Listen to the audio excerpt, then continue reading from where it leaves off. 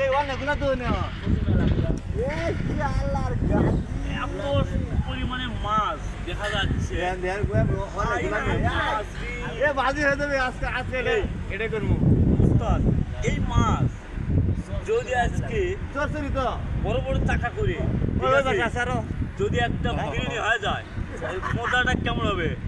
হ্যাঁ শুনেন, আপনার এই মাছ দিয়ে বুঝছেন আজকে 5 কেজি চাল কিনবো, ঠিক আছে? চাল কিনে ভিডিও ভিডিও কঠিন একটা বিরিয়ানি হবে, এত বড় বড় চাকা হবে, ঠিক আছে?